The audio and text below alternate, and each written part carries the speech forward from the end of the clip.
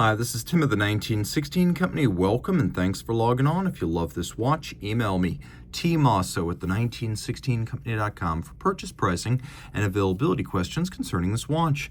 Today, we're discussing a launch for the 2025 model year by Bethune. We have the DB25 Monopusher. So this is a fascinating watch, 40 millimeters in grade 5 titanium, that takes the DB3000 movement that arrived on the reborn DB8 of 2023, and well, what we have now is a DB25 case in the much requested 40 millimeter case size. It's also thin, 40 in diameter, 10.5 millimeters thick, and then lug tip to lug tip, 47.7 millimeters with a 22 millimeter spacing between the lugs. The watch wears quite easily, being made essentially all of titanium and sapphire.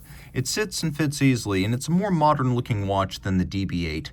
It has the DB25 lug form around case, solid dial. In a lot of ways, for collectors of more conservative high luxury brands, think Holy Trinity, Lange, FP Journe, maybe Moritz Grossman, this is going to be a more digestible Bethune with all the features that make Bethune fun, but in a form that's still recognizably a traditional dress watch. So the watch wears easily on my 16 centimeter circumference wrist, and you can see I've got a bit of clearance on each side. So I think this watch could be wearable on wrist as small as 14 centimeter circumference, partly because it is so light. And being thin, it will slide easily underneath the dress cuff.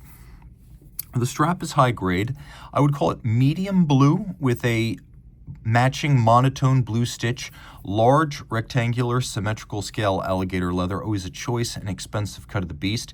In profile, it is cut and then lacquered, and then underneath what they call supple alligator or small round scale, the use of the round scale on the bottom, making for a much more expensive but also much longer lasting strap. No crimping, no gouging, Bethune factory strap. And then you can see we've got a matching titanium pin buckle at Bethune. The buckle generally matches the case design, so if you have a very avant-garde prismatic lug design, then you get a very avant-garde prism-like, buttress-like buckle.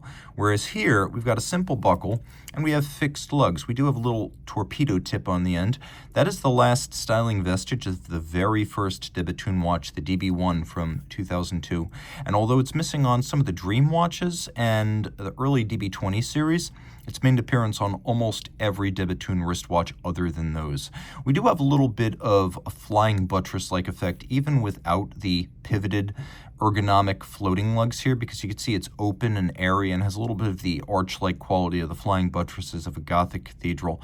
We have an unbranded crown because Denis Flageolet, founder and still the creative lead at Bethune, is a classicist, and classically on pocket watches and early wristwatches you wouldn't have had a signed crown, though you can see it has an elaborate knurling pattern, including knurling and drilling.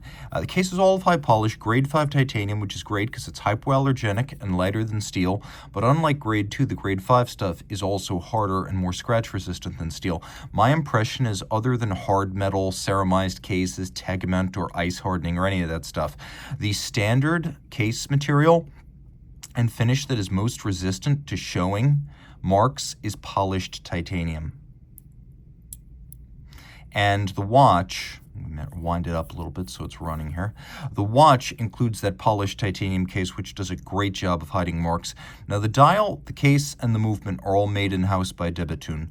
And so the guilloche work, and it is guilloche, it is not a stamped pattern, is all done in-house. Blue is used, dark blue, on the silver white dial to add a little bit of nuance.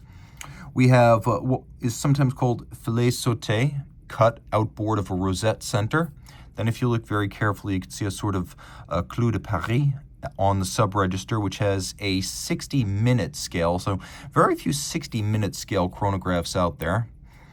This is one of them. You can also see that it has a horseshoe-shaped cutaway that is specific to the sub-register. So a lot going on. You can also see these little wedge-like indices outboard of the hours where you can read the seconds and the minutes off the lateral scale. We have a lancet style, counterweighted chronograph seconds hand, and then foy or leaf style fired hour and minute hands. All these are fired to create that lovely blue oxidized color. On the back, we have a manufacturer movement. This is caliber DB3000 that is similar in some ways to the original DB1 and DB8 Monopusher oscillating pinion column wheel chronograph movement. That early movement from the beginning of the 2000s was actually designed by Denis Falajolet and F.P. Journe when they were principals in a company called THA in the 90s. Well, this is an homage to that in that it is manual wind column wheel and it uses an oscillating pinion clutch, but this is an original construction built specifically for the latter generation DB8, now this DB25 Monopusher.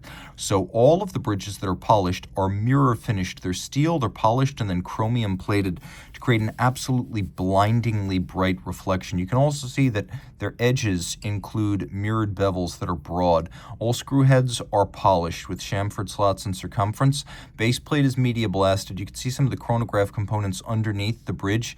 Those have been beveled on their sides and then satin finished on their top. You can see that there is snailing on the barrel cover. You can see the ratchet wheel on top of that. The column wheel is small, but its feel is sublime. And then this is the oscillating pinion, which is similar to a 7750 in that it's a lateral clutch that's extremely compact. And it also uses a wobbly pinion design where the jewel underneath the clutch actually has quite a bit of, I would say, conical area in its cup so that the pinion can move back and forth almost as if hinged as the clutch itself moves in and out. So the jewel holding it at the bottom has a lot of inherent play to allow the pinion to move into and out of engagement with the chronograph center wheel. Now, the advantage of using a oscillating pinion is that it's a very compact lateral clutch design, and because it has very little play, when you start up an oscillating pinion clutch, you just press and hold. There's almost no visible jump or stagger to the chronograph second hand. It has almost as little play as a vertical clutch. A vertical clutch has none, but oscillating pinion clutches are extremely fine and very sensitive in the sense that they show no extraneous jump when you open them up. So unlike a lateral clutch, you're not going to automatically add 1 to 2 seconds when you start your chronograph. It uses a 4 Hertz beat rate, manual wind, 31 joules, a 60-hour power reserve. It has a balance bridge that's anchored on both sides for great shock resistance and durability. There's a hairspring of Bethune's own design, which is designed to breathe concentrically in any position like an overcoil, but also be flat and shock resistant like a flat hairspring. So the hairspring is patented. The watch uses a blued titanium balance wheel with white gold masses. That is also patented.